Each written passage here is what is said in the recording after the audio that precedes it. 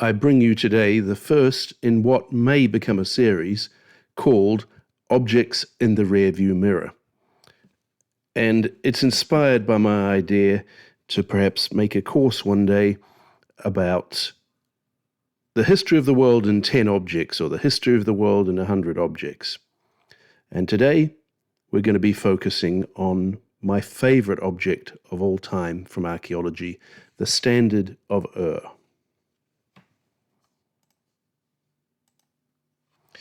Now, the Standard of Ur is this incredible box from ancient Sumer. It's in the British Museum, and every time I go to London, I have to make a visit to the British Museum, if nothing else, just to see this box. It's a three-dimensional object. It has two long sides, but also sides on the edge, and there's an awful lot to see in this. So initially, I'm just going to give you a general overview of what you're looking at.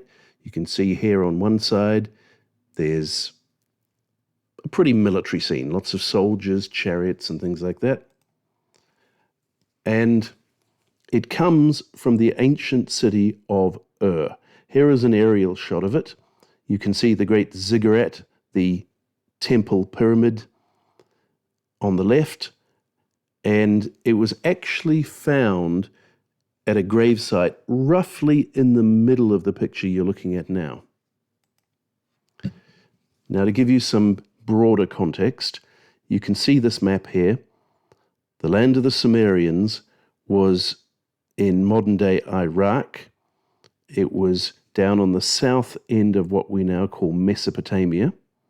Mesopotamia, by the way, just comes from the term meaning land between the rivers. Meso meaning between. Potomac, for example, the Potomac River that runs past Washington, D.C., literally just means river in Greek.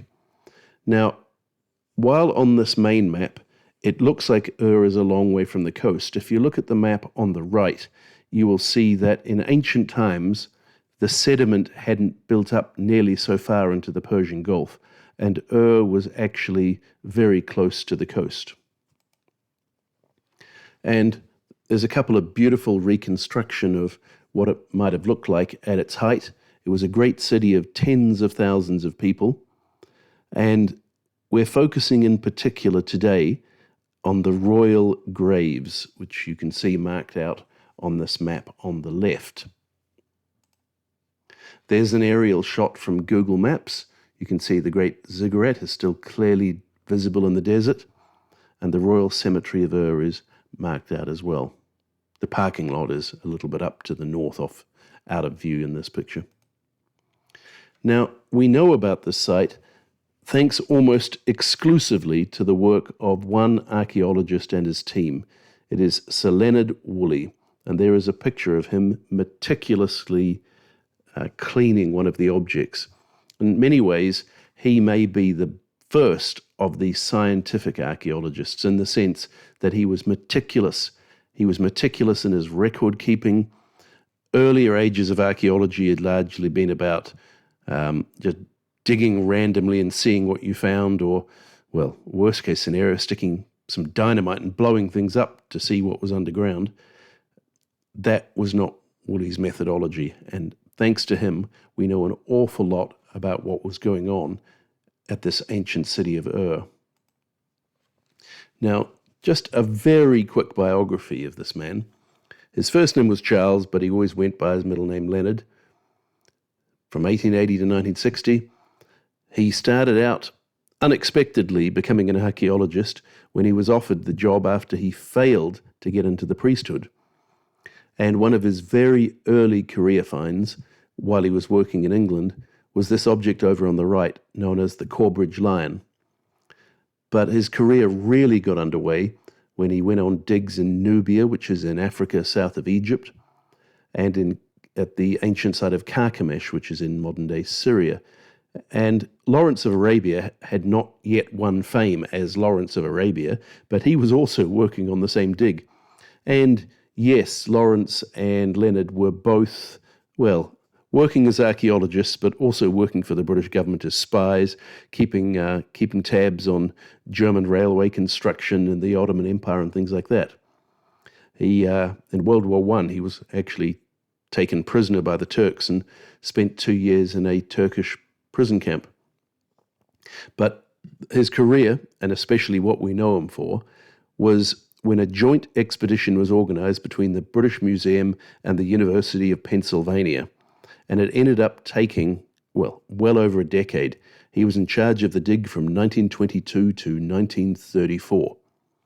His career continued, of course, and he worked on other digs. And if you've ever seen the movie Monuments Men, he was quite heavily involved in that group who were trying to save some of the treasures from the Nazis and the conflict and violence of World War II. Now here we have photos from the actual dig. You can see they had to go down deep into the ground, and you'll see here a number of the places that we will be talking about today. So you see at the under the picture it says A, the grave of Mesh-Kalam Dug. That's labelled A, quite visible. You have the royal tomb 779. That's B. It's a little bit harder to see.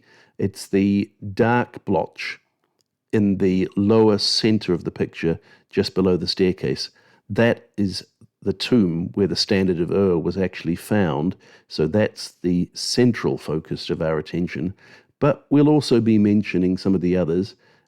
For example, over on the left, there is the letter D, the Great Death Pit.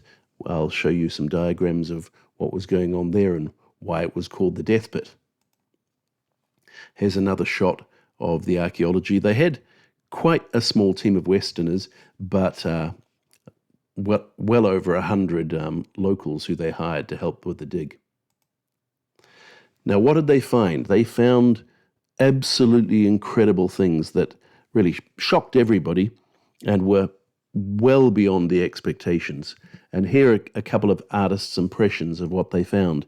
You can see over on the right, there were burials of animals who would be pulling chariots, but there were also a lot of human burials that looked very much like they had been human sacrifices, servants who had been condemned to be buried when their master died. And that was not at all expected. Now here we have the central area of focus. Now Woolley himself called this a royal cemetery, and the name has stuck ever since. And, well, it's actually quite shocking to me that the only major digs that have ever been done here were those by Leonard Woolley, the ones we just talked about. There have never been any other teams who have been back since the early 1930s.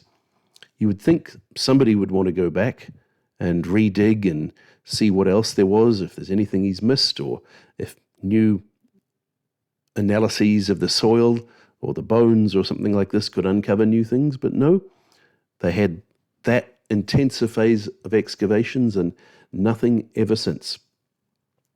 Now, these 16 stone-chambered burials, Woolley called royal burials. Do we know that all of the people in them were in fact royals, kings and queens? The straight answer is no, we don't. They do seem distinctly richer. They all seem to come from the same phase of the history of the city of Ur, the early dynastic III period, and they mostly seem to have ramps leading down into it. Many of them, but not all, have some form of human sacrifice or servant burial associated with it. But overall in this graveyard, there are well over 2,000 burials, but these 16 in particular seem somehow different, seem somehow richer, so Woolley called them royal burials, a royal cemetery, and the name has stuck ever since. Now, to give this some broader context of the time period we're talking about, the Ubaid period comes first, 6,500 BC to about 3,800 BC. This is a period where we do not have city-states yet, but it's building up towards it. We have mud brick houses, we have irrigation, we have pottery. We clearly have settlements that are growing in size and strength, not yet quite up to what we'd call city-states. Then 4000 to 3100 BC, what is known as the Uruk period. Now you'll see this labeled the late Chalcolithic. Chalcolithic is a term that comes from the name, the word for copper. So you're probably more familiar with names like the Bronze Age and the Iron Age. Well, the Chalcolithic comes before that. It's the age after the late Stone Age, the Neolithic. They're starting to work with metal, but it's mostly copper. They haven't yet learnt the techniques for making better forms of metal. Copper's pretty soft. Frankly, it's not much better than stone tools, but we see signs of the early steps towards metallurgy. And during this period, we've got major urban growth, the first signs of monumental architecture, major temples being built. We have writing, although it's in a pretty primitive form at this point, more like pictograms, pictures representing objects. We have wheel-turn pottery, more sophisticated pottery, and this is really when we start to see something more recognizable as city-states in this southern region of Mesopotamia. Then we have the Jamdat Nasser period, a relatively brief period, a couple of hundred years from 3100 to 2900 BC, where we see a movement towards a much greater level of sophistication and wealth. We see the writing is improving and getting more sophisticated. And in the cemeteries, we see clear evidence of, what I've called social stratification, rich and poor. Some people are clearly getting more than other people. Then 2900 to 2600 BC, it's the early stage of the early dynastic period.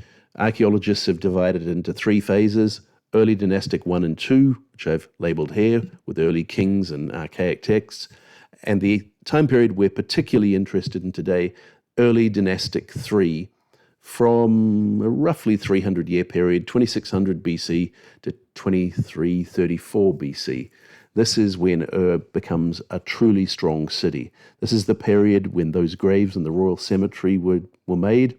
The population of Ur grows to maybe around 40,000, covering an area of 90 hectares. It's also a period we know from various texts where there was significant competition and war between the different Sumerian city-states. And, even if we didn't know that, just the fact that they were building city walls tells us there was violence and they were expecting to be attacked. And this is the early stage of that great pyramid-like structure, the ziggurat. And then there's a lot more that happens at the site, but just to complete the cycle, the early dynastic period finishes when they get conquered by Sargon the Great of Akkad. The Akkadian Empire was the first empire we know of anywhere in human history.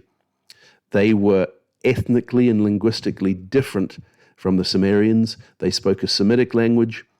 It looks very much like they sacked the city and they installed governors and their own people to run the city.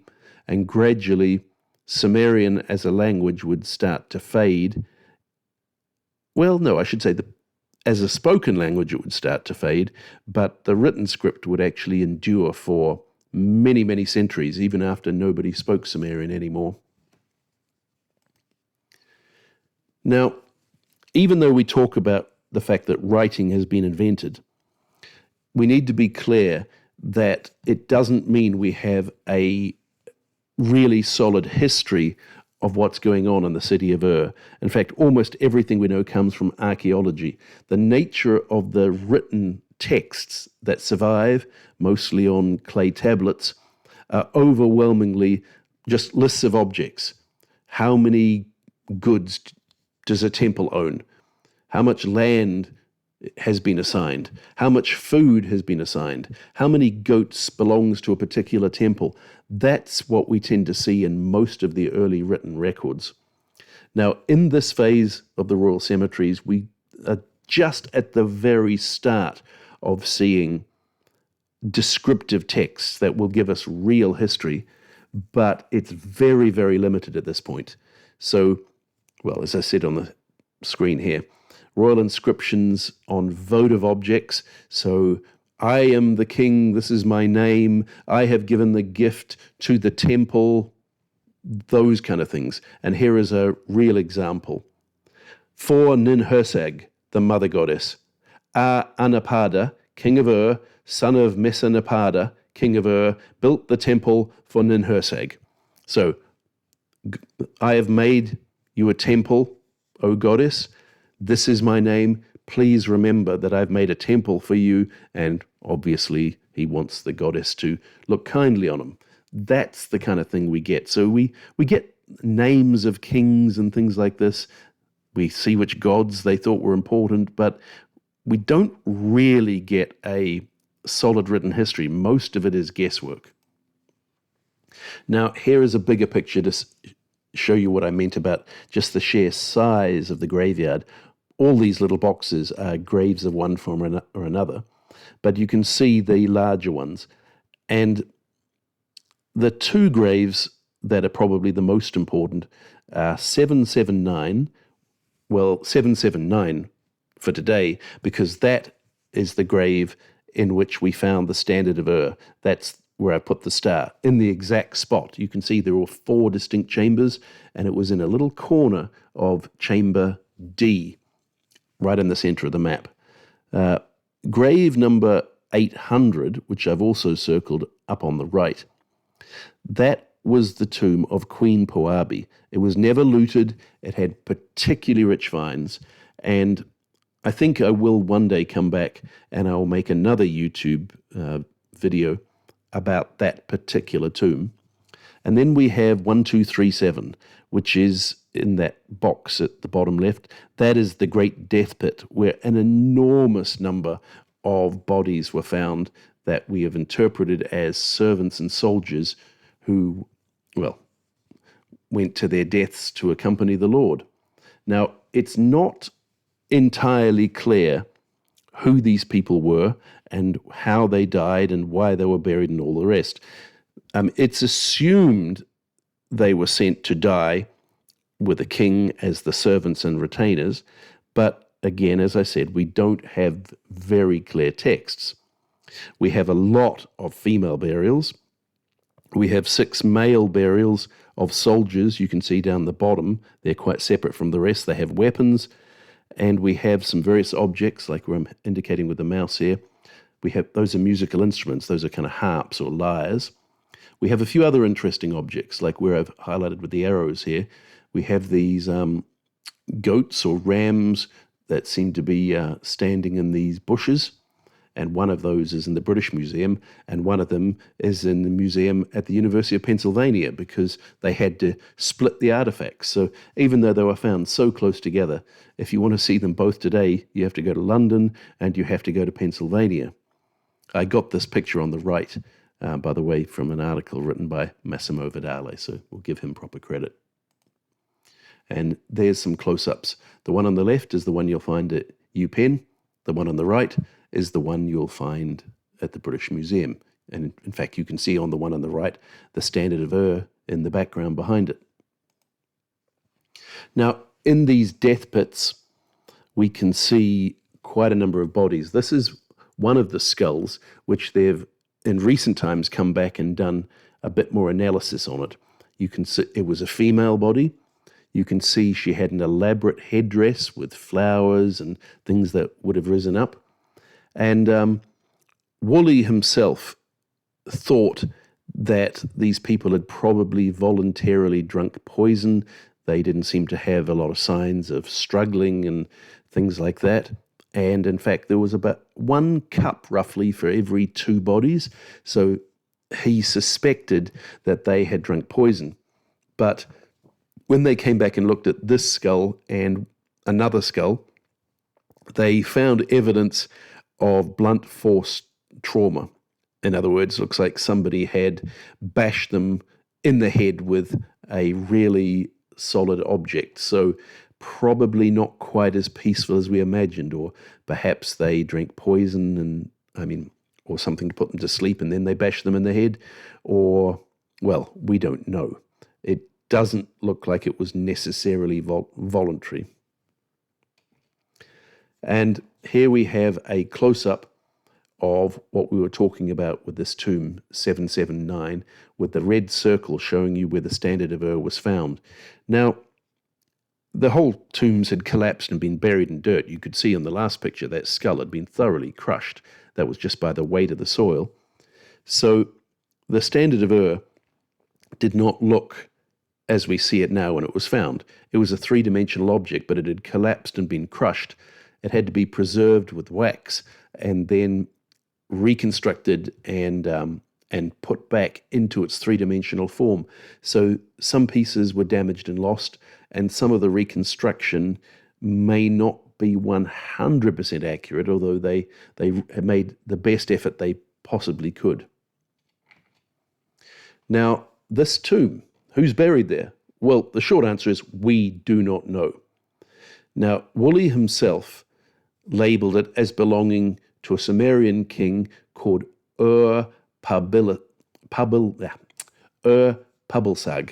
Now, Pubbilsag was a god, and it's like his name means something like servant of or devotee of Pubbilsag.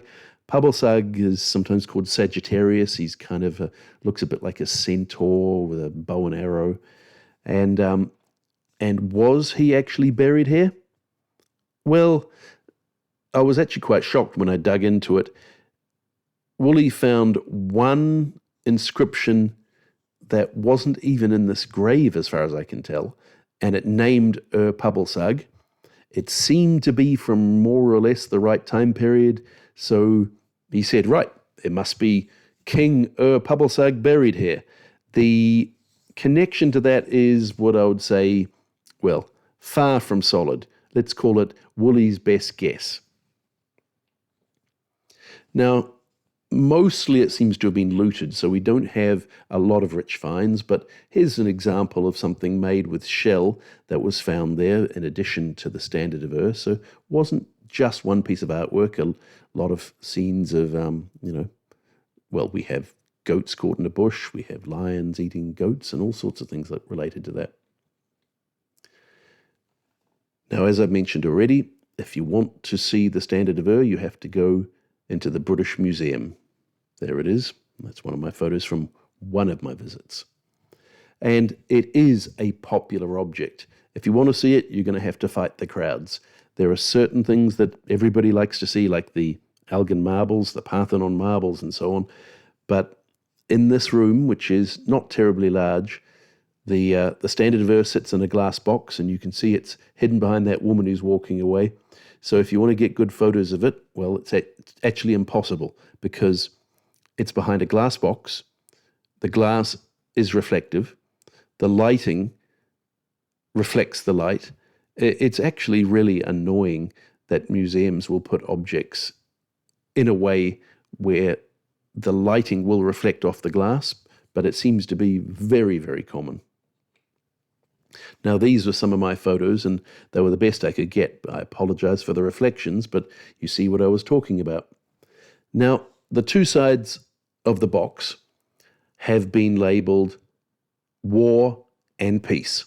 So here we see war, clearly very militaristic. We have war chariots. If you look closely at the bottom, you can see the chariots are trampling over some people.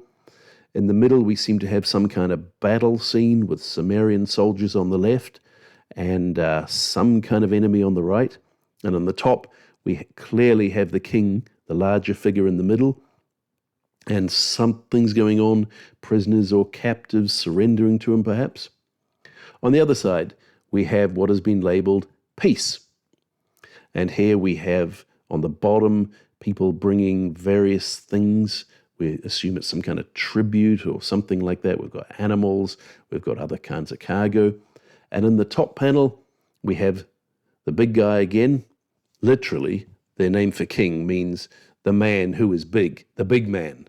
So they always show the king, the Lugal, as being bigger than everyone else. You can see him sitting over on the left. We guess that's his retainers, his nobles who are also enjoying a drink with them while they're being entertained. You can see there's a lyre harp over on the right, and probably the person at the top right is singing. And now we're going to give you a few of my photos where I tried to get a bit closer up views of it so you can see them a bit more clearly. But we'll come back to them later and do a piece-by-piece analysis of all of the things you can see on the different panels. There's the other side there where you can see what seems to be much more violence going on the right side. And here is a close-up from the top left of the panel. Now we assume this is the king's personal chariot. It's not being used in war. This is his, well, the guy who, it looks like these chariots, or more appropriately we should call them war carriages because they have 4 wheels. Looks like you would have one guy who would steer the chariot, the war carriage, and the other person, the main lord or the main soldier, who would take spears and throw them from the back of the chariot. Now, if you look at the weapon this guy is holding on the left there, we actually have an example from this from one of the tombs, tomb 580. So that is a pretty good matchup, and also makes me think about that blunt force trauma that was caused to some of those human sacrifices, or, well, whatever they were. That it really looks like a pretty good weapon if you're going to bash someone in the back of the head and kill them. And then we have these guys, these from the middle panel. And for the longest time, I've stared at these guys and wondered what their weapons were. You know, they don't really look like swords. They don't really look like those axes, because there's no axe heads that are so clear on the last picture. And as I was studying them and preparing this, I realized something that I haven't read anywhere else. And I think I can't be the first one to have seen this, surely. But let me point something out to you. Do you notice on the figure in front of him, it looks like it is a continuation of the weapon? In other words, that is a spear point. Remember, this had to be reconstructed, and it was largely broken. I think what's happened here is they've missed something in the reconstruction. That spear point is continuous. It goes from one soldier, and it crosses in front of the other one. Now you can see here the same thing is happening, but it's misaligned. You can see the shaft of the spear in the soldier's hands, but when we go to the guy next to him, the spear point is a little bit lower down. It doesn't line up. And I'm pretty sure, well, I believe at least, that that's just a failure of the reconstruction. I think they didn't notice or didn't realize that that's what was going on there. That is actually the spear point that belongs to the shaft held by the soldier behind. And so when they reconstructed it, it's not quite lined up correctly.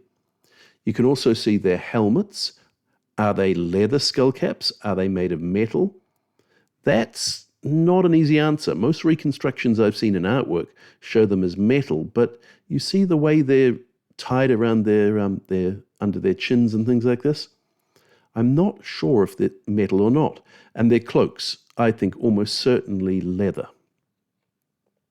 Now, on the bottom panel, I mentioned how the guys in the chariots, there was one guy to steer it and another guy to throw the spears. You can see very clearly here at the top right, there's a guy holding a spear.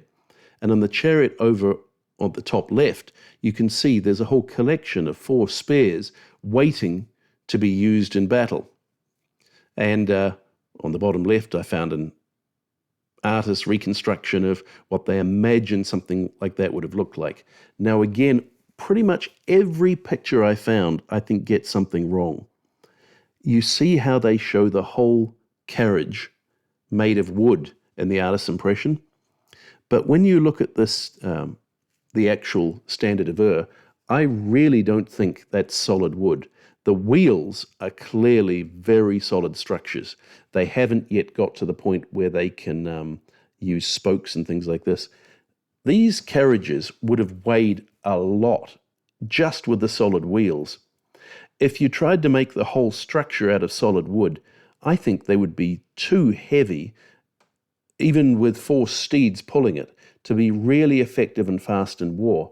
I think what we're looking there is some kind of maybe wooden frame with leather stretched between it. Certainly that's what the color makes me think of. And just in terms of simple weight issues, I think it would be far too heavy to be of much use as a rapid weapon of war if it was solid wood. And also, I think, in this case, I think the artist probably got it right. You can see how he's shown sort of these tassel things around the necks of these beasts, and that's probably what we're looking at on the standard of Ur. And then again, you see it shows the reins are running through these loops and then going down. These are rather strange structures that remind me of wind-up toys, frankly, but it's probably what's going on, as the artist has shown you here, that it's a method of handling the reins that are then stretching to control these beasts. Now, we have a number of spearheads from these various burials, and, well, that's a pretty common weapon of war of the time, so that seems to line up pretty closely with the weapons we see the soldiers carrying. Now, one thing I want to point out at this point in the lecture is that these weapons I've just shown you are made of bronze, and bronze as we typically see it, which has 5% or more tin, the rest made of copper. But this was a transitional period in the history of metallurgy. Prior to this, the bronze that we find in the region is something we call arsenic bronze. Now, arsenic occurs naturally often when you get the copper ore. So when you refine it and turn it into tools, it doesn't require any special mixing or blending. You don't have to deliberately make an alloy. In fact, archaeologists believe that the first bronze was kind of made accidentally, like they would realize there was something better about this copper that was harder and stronger than traditional straight copper, but it was largely just a product of where you sourced it. So we're seeing a technological improvement here where they're learning to combine tin and copper into making a much better metal. Arsenic bronze is inferior in a number of ways. It's more brittle, subject to cracking. It doesn't polish up as nicely as traditional bronze, and it also requires higher temperatures to work with. So it's more difficult and it's an inferior product. Traditional tin plus copper bronze will hold a bladed edge, a sharp edge, for a longer time. It's less brittle, it's less subject to cracking, and you can work with it at lower temperatures. So it's much more superior, but it requires a sophisticated understanding of what's going on and the deliberate combining of two different metals to make an alloy. Now, the problem with this is that tin is pretty rare, particularly if you live in Ur, where I've put the star in the center of this map. Now, there's some very limited sources of tin in the Middle East, but even that is well outside any political control of the Sumerians. It's way up in the hills. They would have had to have traded with foreign peoples to get that. And it's not even clear that those nearer sources of tin at 12 and 14 were even available yet during this period of the early dynastic phase 3. Where we are pretty confident tin actually was being mined at this point is over in Afghanistan, in places more like 17, 18, 19, 16 a little bit closer, but this is still 2,000 miles away. So it's not just a technological wonder that they were able to start working with true bronze at this time period. It's also a wonder of international diplomacy and long-distance trade that tin could be brought from so far away. From that route. Mind you, even the copper sources were probably way up in the mountains and would have depended on trading with foreign peoples. In this case, in both cases, in fact, it probably wasn't even direct trade. It was probably going through third parties that lived in between. So we're seeing a level of sophistication in long-distance trade over a region of thousands of miles. Now, I promised you would come back and look at things in detail, so here we are. First, we're going to look at the bottom panel of the side of the standard of Ur that has been called war. So we have a bunch of chariots here. Now let's look in detail.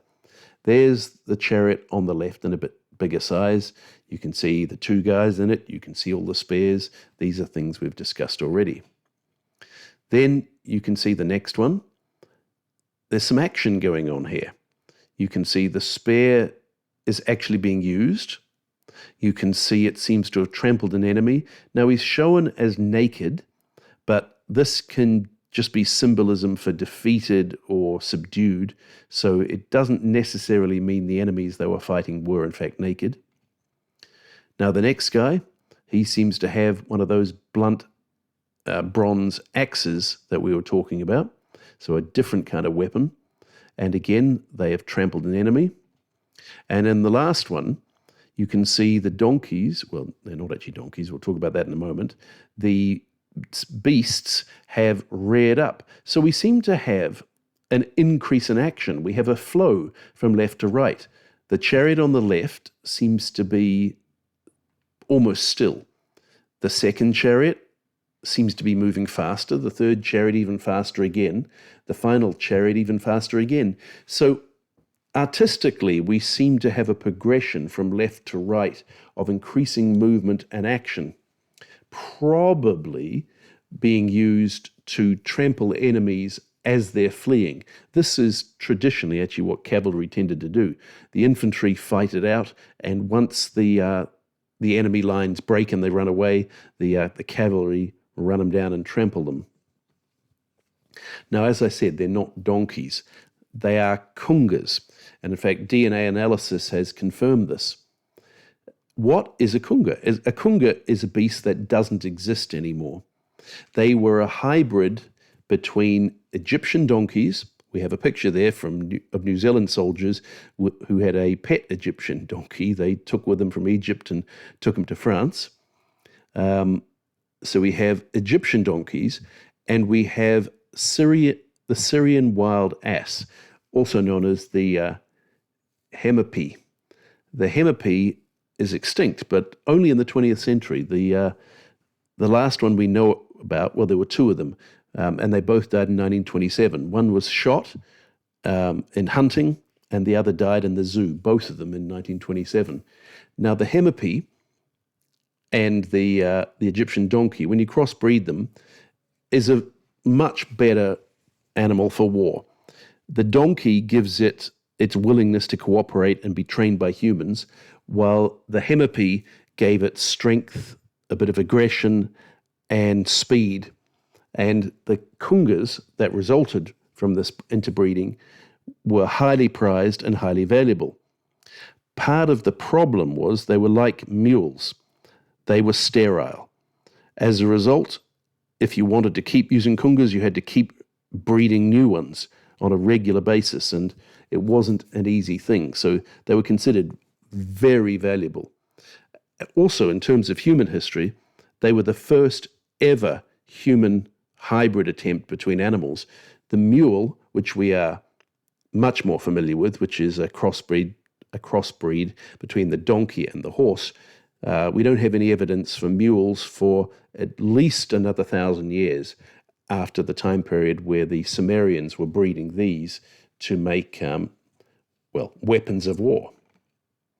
Then we have panel 2, all these soldiers lined up. Now we have a bit of a clue from what the chariots were doing that we should view this from left to right. So let's look at it. On the left, what do we have? We have Sumerian soldiers in standardized equipment. That's already highly sophisticated. They're not just, soldiers or peasants fighting with whatever they could get to hand. They seem to be organized and standardized as regular soldiers fighting in formation. Now, the middle part here is where it gets quite interesting. Sadly, it's damaged, but all the same, we seem to have some clear violence going on. We've got some fighting. We've clearly got some people who are being vanquished or thrown to the ground. And in fact, if you look here, I think through the damage, this guy has actually got his spear and he stabbed this guy in the guts. Certainly the body language certainly seems to support that.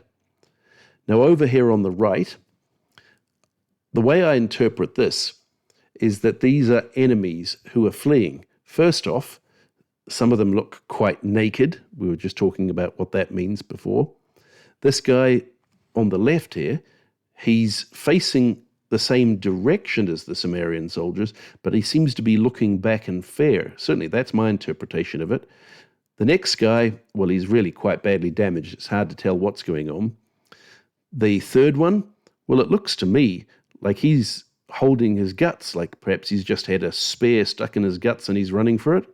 These two badly damaged figures here, well, again, this to me looks like it is perhaps one wounded guy being helped by another one to escape. Again, it's damage, it's hard to see. Then we have another guy who doesn't look so injured, but who knows what's going on there. This guy's too badly damaged to tell. But let's think more carefully about what's going on here. If you look at the marks in it, I interpret these as stylized wounds.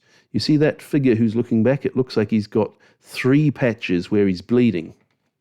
You see there, this guy seems to be bleeding as well. This guy is bleeding. This guy seems to be bleeding on his chest and bleeding on his head. So I would say that what's going on here, and remember, there's nothing to tell us exactly what we're looking at, so we have to interpret it. I would say we have the Sumerians advancing in formation. There's battle going on. Well, when I keep saying Sumerians, they're from the city of pretty clearly. We don't know exactly who they're fighting. The battle is raging in the middle where they're slaughtering their enemies. And on the right, I interpret that as the enemy who are badly wounded fleeing from the battle. Now, one of the reasons to believe this is if we look at the clothing they're wearing. Traditional Sumerian clothing was this wraparound sheepskin skirt thing. It's called a countercase. And you can see here's a whole bunch of Sumerian statues with people wearing the clothing represented in different forms, sometimes with the tassels at the bottom, sometimes with a lot of different tassels. But this is very traditional Sumerian clothing. On the other hand, now actually let's go back a bit. You'll see that these enemies, these people I've interpreted as enemies, are wearing a different kind of clothing. You see there's kind of a V shape at the bottom to the tunics or skirts that are on the soldiers that at least have clothing that look quite distinctly different from the flat bottom countercase, I should say, of the Sumerian soldiers. So one possible interpretation, which this is not mine, others have thought it, but it seems reasonable, is that the enemies are Akkadians. Now, I already mentioned in the timeline that Sargon of Akkad is later on going to conquer the city and the Akkadians will take over. Now, the Akkadians were a Semitic people who seem to have been a bit more nomadic, living out in the desert. They seem to have been employed as soldiers by some of the cities of Sumer. And here we have a victory stele from the grandson of the great Akkadian conqueror Sargon.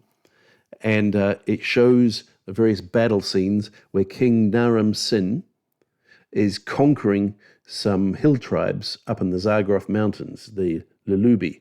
And if you look at their clothing, they seem to have something that sort of resembles the kind of skirts that we see on the enemies in the Standard of Ur.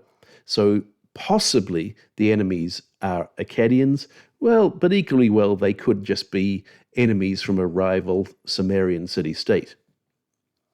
Now let's look at the top panel now. We've already commented on the chariot on the top left, probably being part of the the personal carriage of the king himself. And then you can see there's a little kid. Well, we assume it's a child. We don't know for sure. As some kind of groomsman holding the reins of the beasts. Then we have some guys holding staffs and carrying axes. Are these the personal bodyguard or perhaps the nobles of the king, the Lugal? And the big man is very obvious on the right.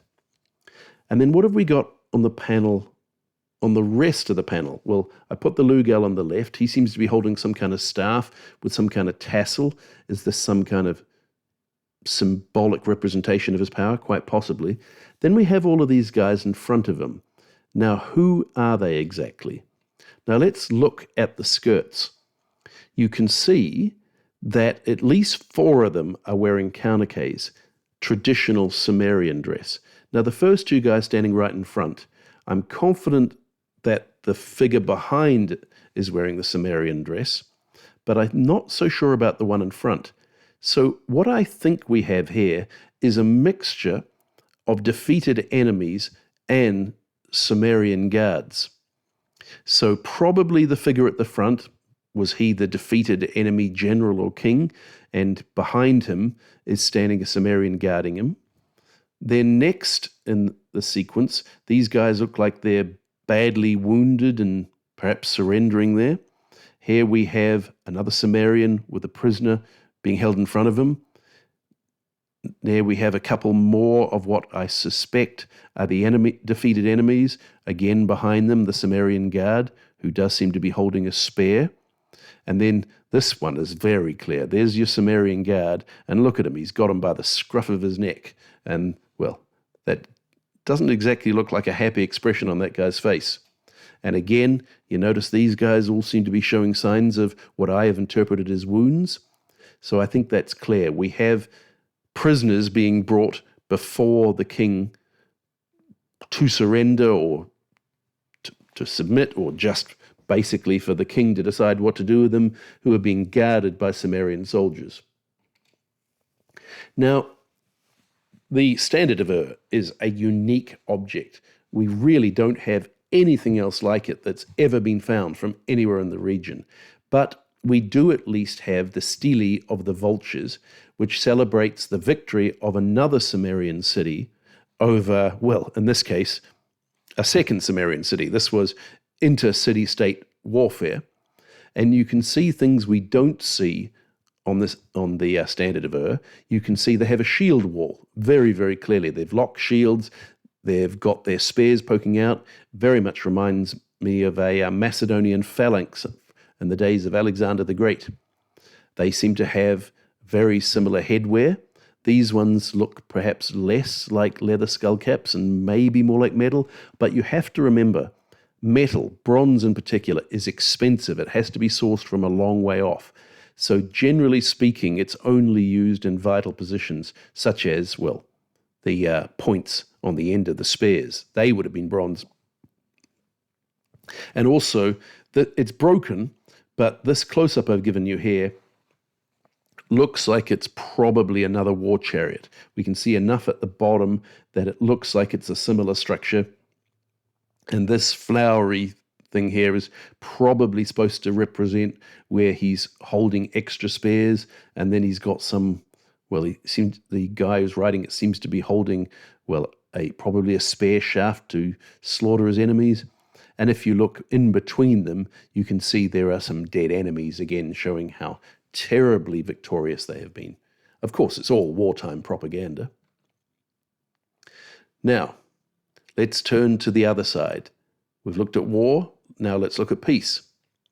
So the bottom panel, there they are, they're all proceeding along. Now this has been variously interpreted to mean perhaps just people coming in from the countryside paying their taxes. Perhaps, neighboring towns and villages bringing tribute in. Nobody's really quite sure. Maybe they're just bringing supplies for a party to celebrate the victory. Are the two sides of the box supposed to be part of the same story, or are they merely idealized, contrasting pictures, one showing the happiness of peace, one showing the conflict of war? Well, we're not really sure. But we've got a few interesting things. We have these figures over on the right, and you can see this guy has a particular pose. You see his arms are crossed, and you see across the panel we have three guys who all have the same body language.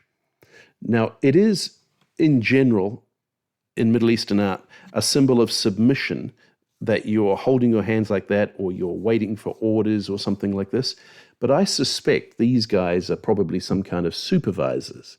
They are submissive before the king, and they are escorting the other people into the city to pay their tribute. At least that's my suspicion.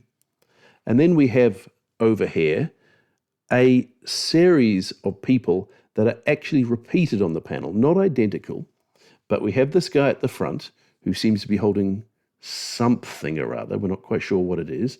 Perhaps a rope attached to these wild asses. And then we have this guy who's got something over his shoulder. And then we have this third person who's got something on his back. Now, if you look at the panel at the top, you can see the exact same sequence. We have that person. He's holding something. We're not quite sure what it is. Then again, we have these wild asses, or probably kanagas. Then we have the same guy with a burden over his shoulders. Then we have the backpack. So who are these people and what's going on? Now, if we look at their clothing seems to match the clothing of the enemies who are being defeated on the other side of the box. So are these perhaps Akkadians who are paying tribute? Or is this war tribute? You have been defeated, and now you have to agree to pay us a certain sum of money in compensation for being so evil as to fight against us. And I suspect, therefore, that these kanagas who are being brought in are probably part of the tribute. These nomadic Akkadians are being required to bring in these asses as part of their tribute. At least that is my interpretation of what's going on. Now, the next panel up. What have we got going here? Well, we have another guy with his hands in that same position that I've interpreted as some kind of supervisor.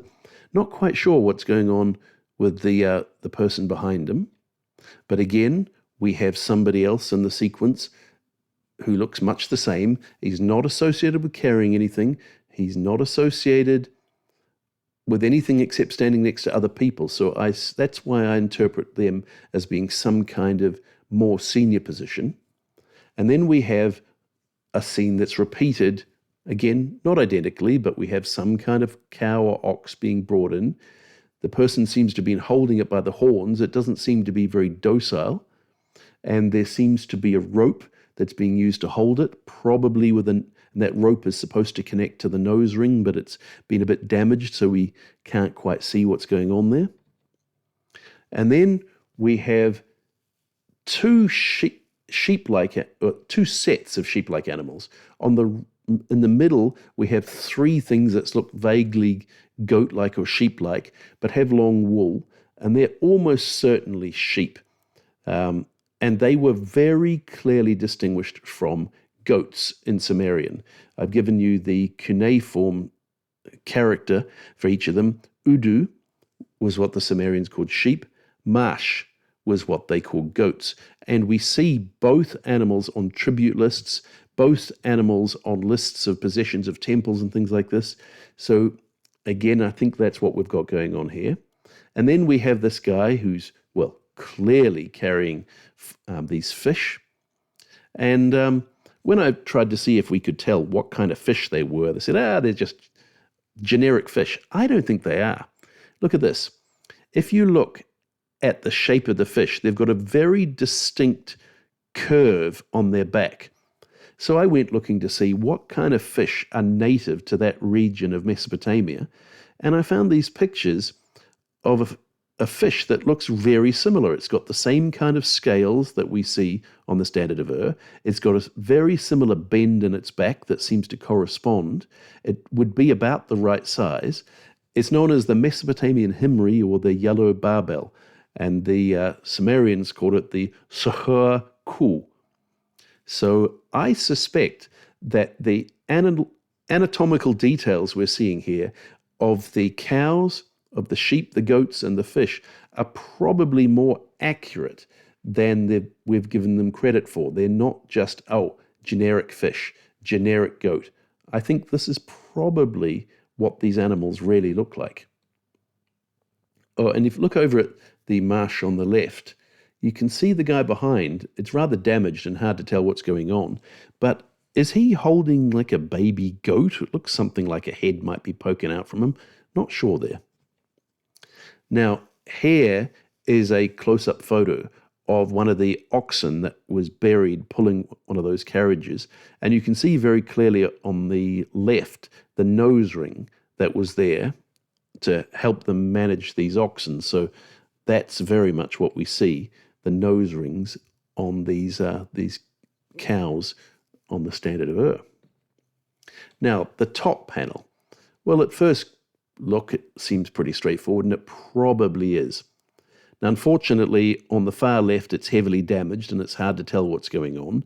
Then we have the Lugal, the big man, the king, sitting on his throne. He's enjoying a drink, and there's somebody in front of him, some kind of servant. Now, the body language of these guys is a bit different. And this has been interpreted that perhaps they're singing, perhaps they're reciting poetry, perhaps they're making a speech, a panegyric as they're known, about, "Oh, king, you are just the greatest guy there's ever been. There's never been a greater king than you. You are the greatest conqueror the world has ever known." That could easily be the case, that they are some kind of performers. And it may be that on left and right we have not mirror images, like a framing, that on the left we have two performers and on the far right we have two performers. You can see a guy's playing a kind of lyre. You can see he's plucking the strings, and there's a kind of a bull's head on the left of it. And the figure on the right, that might be a woman. We're not quite sure. Certainly the figure has hair. Everybody else seems mostly bald or very short-cropped hair. So is that a woman, or why is the hair different? Does it represent some kind of performer, some kind of singer? We're really not sure. And, there's the cuneiform for Lugal, the big man. And in one of the tombs, we have a cup that seems quite similar to the cups that these guys are holding, and we're pretty confident we know what they're drinking. They're drinking beer. That is the drink that was the drink of, pretty much everybody. They were up to this point similar to we are now, where they had lots of different beer. They had light beer, they had dark beer, they had all sorts of different kinds of beer. So beer was definitely the drink of the Sumerians. And there you can actually see where that exact lyre that we are seeing on the Standard of Ur was actually found by Woolley in the archaeological dig. And on the left, you can see it's all been cleaned up and fixed up and strings put on it and so on. But I'll show you again. We go up there, you see on the right, you can see that the picture we see on the Standard of Ur is a very accurate representation of real lyres that were found in the tombs. And there he is actually holding one just after it's been taken out of the ground. What an incredible thing it must have been for him to dig up objects like that. Now, I mentioned already that this was a three-dimensional object. And so it's not just War and Peace on either side. On the edges of the boxes, we have some other pictures. Now, we're really not quite sure what's going on here. Now, Woolley himself, with a good biblical training, remember I told you he had wanted to be a priest at one point, he very much interpreted this through the lens of the Old Testament. We had a goat that seemed to be caught in a bush. We had a man on the left who looks like he might even be holding a knife. And we have a smaller figure on the right that could be a child. Now, if you know your Old Testament history, we have the story of Isaac, who was going to sacrifice we have Joseph, who was... I'm getting muddled up with my Bible stories. Isaac was going to be sacrificed by Abraham. And God told him he didn't have to sacrifice his son, and he presented him with a goat that had been caught in a bush, and so instead of sacrificing his son, he sacrificed the animal. Now, you can sure see why Sir Leonard Woolley saw that there. The goat looks caught in a bush. The goat seems to be looking back and fair. We've got an adult figure who seems to be holding a knife. We've got a childlike figure.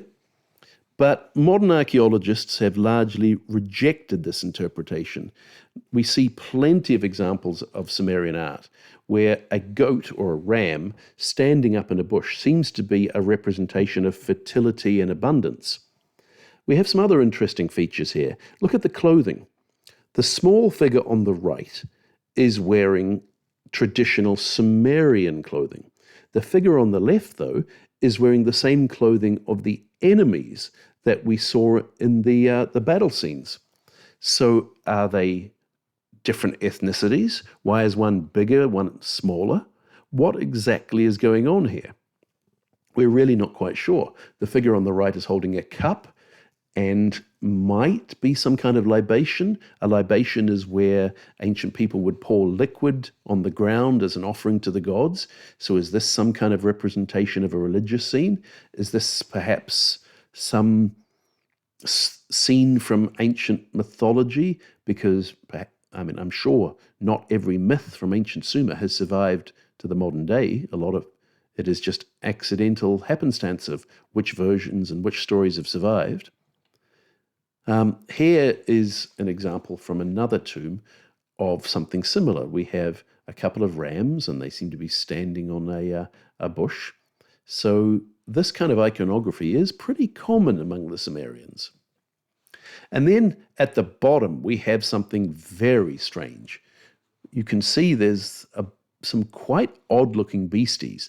They seem to sort of look like cows. They've certainly got these great horns, but they also have these rather interesting faces, and they seem to have these long beards, and goodness knows what that fellow or creature is over on the top left. But we do see creatures like this elsewhere in the tombs. On that lyre, in fact, the bull-headed lyre, just under the bull's head, you can see over on the right what was being shown, and clearly fantastical mythological things.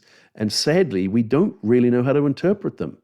We assume they're probably from some stories or myths. We have some kind of male figure standing in the top middle, and he seems to be grasping two of these very looking half man, half bull things. Then we have some weird figures of some lions, probably, a lion and a lioness, and they seem to be doing some rather human-like activities with some vases.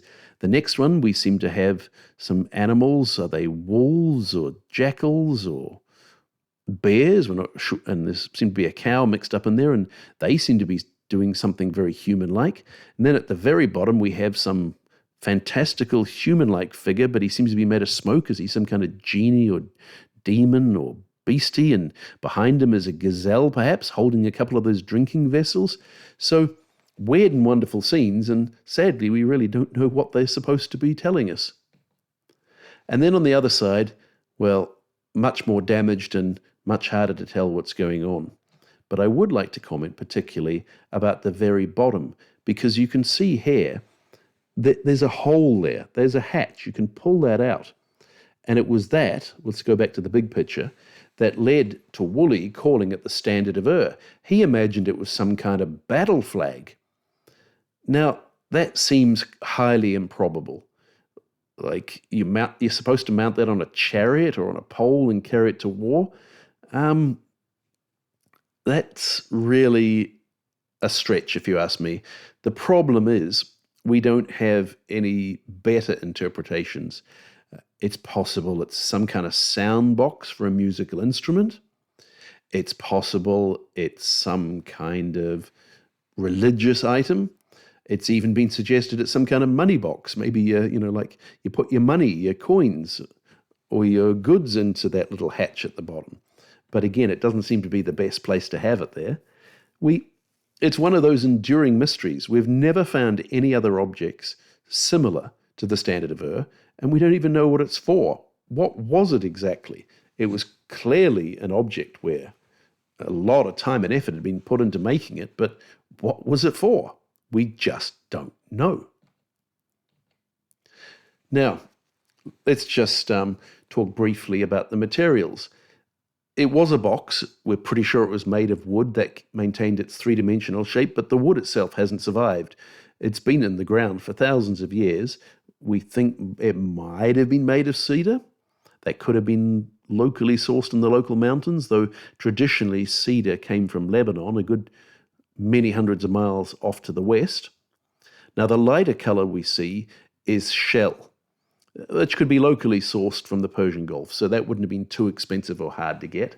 But the red limestone that's being used, that's not locally available. We're not sure where they were getting it from, possibly from India, possibly from Arabia, but again, long-distance trade routes. The blue, the lapis lazuli, that we have managed to locate the source for where they were getting that. And again, it's Afghanistan, the same place we were speculating where they were getting their tin from, 2,000 miles away. Long-distance trade. We don't consider today lapis lazuli to be especially valuable, but if it's a product you're having to source from 2,000 miles away in the ancient world, it's going to be expensive. This is not a cheap product they're using. And also, there's bitumen. Bitumen is, basically it's sticky tar. It's a petroleum product, actually. So we know the Middle East is famous for all the oil that comes from it these days. Well, in the ancient world, they used bitumen as a sealant on ships, as a waterproofing, and it seems to have been used here as sort of the glue to hold things together. Now, this region, it's a long time ago away, but in the age of the city of Ur, this whole region was highly interconnected with trade routes reaching thousands of miles away. Now, all good things come to an end. And in the case of this period of the history of the city of Ur, it comes to an end because of Sargon of Akkad and his conquest of the city. Now, I'm being a bit tongue-in-cheek when I say all good things come to an end. From the point of view, I'm sure, of the nobles of the city of Ur, they didn't like getting conquered. But when we look at the evidence, they were burying servants alive, or, killing them perhaps, and then burying them, we're not sure, poisoning them. There were dozens of dead people who went to accompany what are probably the kings and queens. Honestly, I think a culture that does that, it's probably a good thing that they were conquered. And we have a couple of quotes from Sargon himself, stele that were put up celebrating his victory. The first one shows his conquest of other regions of the Sumerians. Sargon, king of Akkad, overseer of Inanna. Inanna is a deity. King of Kish. Now, king of Kish, that's an important title. Anybody in this region who claims to be the king of Kish is claiming they're king of the whole area of the Sumerians, because traditionally kingship resided in the city of Kish. So to say I'm king of Kish means more than just I'm king of one city called Kish. It is saying I am sovereign of the whole region. So anointed, I'm king of Kish, anointed of Anu, another god. King of the land, governor of Enlil, another god. Sargon defeated the city of Uruk and tore down its walls. Once you defeat them, you don't want them rebelling, so you tear down their defenses, you remove the city wall. In the battle of Uruk, he won. He took Lugal-Zagisi, king of Uruk, in the course of the battle, and led him in a collar to the gate of Enlil. Well, those battles are really the main battles of him taking over the Sumerians, but there were still mopping up operations that consisted of taking out other cities closer to the sea, and these included the city of Ur. So another boast. Sargon, king of Akkad, was victorious over Ur in battle. He conquered the city and destroyed its wall. He conquered Eninmar destroyed its wall and conquered its district, and Lagash as far as the sea. He washed his weapons in the sea. That was the end of independent Sumer. And there is this magnificent bust of King Sargon of Akkad from all three angles. And the Akkadian Empire, as I mentioned, was the first large empire in human history. The Sumerians had never been a single unified territory. You can see them down in the bottom right of the map with the orange line around them. The Akkadians built a much larger empire that included, well, all of the region of Sumer, and their power extended far and wide throughout this whole region. Now, I want to make a few more general observations after going into such fine detail on it. Now, we tend to think of civilization as a good thing, but I have a couple of quotes for you here, commenting on war in the ancient world once civilization started. And I'm quoting here Coatsworth. Civilization, we now know, stunted growth, spread disease, shortened lifespans, and set people to killing and maiming each other on an unprecedented scale. Organized warfare with formation, fighting, and large-scale conquest, and large-scale slaughter of enemies, and taking of slaves, and all of those kind of things. All of these were a product of civilization. Civilization, I should define it, as being these large urban centers, because our word civilization comes from the Latin meaning city. So when you're just a bunch of little villages and things like this, you're not yet a civilization. People use this word incorrectly all the time. They refer to cultures as civilizations, but civilization has a technical meaning. It has to be urban-centered. And then peace. Well, here's a quote from David Christian. Surpluses began to sustain populations of privileged and mainly male specialists, artisans, traders, warriors, priests, scribes, and rulers. As populations became denser, people like termites found that they needed ways of organizing and coordinating their activities. But this meant conceding power to organizers who used that power in ways that benefited themselves as much as, and often more than, the communities they controlled. Well, what do we have here? In the royal cemeteries of Ur, we have certain individuals who are taking extreme levels of wealth and extreme levels of control over their fellow people, even up to and including killing them and taking them to the grave with them. And that also reminds me of a fascinating book I read a couple of years back by David Reich on the science of ancient DNA, who we are, ancient DNA and the new science of the human past. And one of the chapters, he discusses something I found absolutely mind-blowing. It was in this time period and the centuries preceding it, we have something which he calls a global Y chromosome bottleneck. And what this means is we have something extreme happening in who gets to reproduce, who gets to have babies. And it seems to be largely affecting the male population.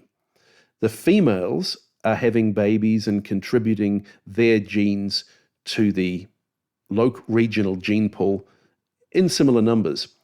But suddenly we have a massive reduction in the number of men who are reproducing. It seems like a small group of men are having all the babies. And the DNA evidence seems to point, well, I've got it on screen, as if only one man reproduced for every 17 women who are reproducing. So what is happening here? Well, again, probably just what we've been talking about here, the emergence of elites, not just the king, but the king and his retainer and the elites. And, well, to put it bluntly and crudely, they're getting all the girls. What about the other 16 men? Well, they're the cannon fodder. They're being sent to work in the fields. They're being sent to fight in the armies as the peasant militia at the bottom. They're missing out. We've got the rich and we've got the poor to an extreme degree. And, well, it certainly seems to be matched by what we see at the Royal Cemetery of Ur. And this is my last slide. and are really thinking about, well, this idea that what is great will eventually fall, what is low will rise, what is high will fall. Was once a great city. Look at it now. Well, fascinating place for archaeologists, but nobody lives there. It's just a wasteland out in the desert. Well, such is life, the yin and the yang and all of that kind of stuff. Well, I hope you enjoyed this video about the Standard of Ur.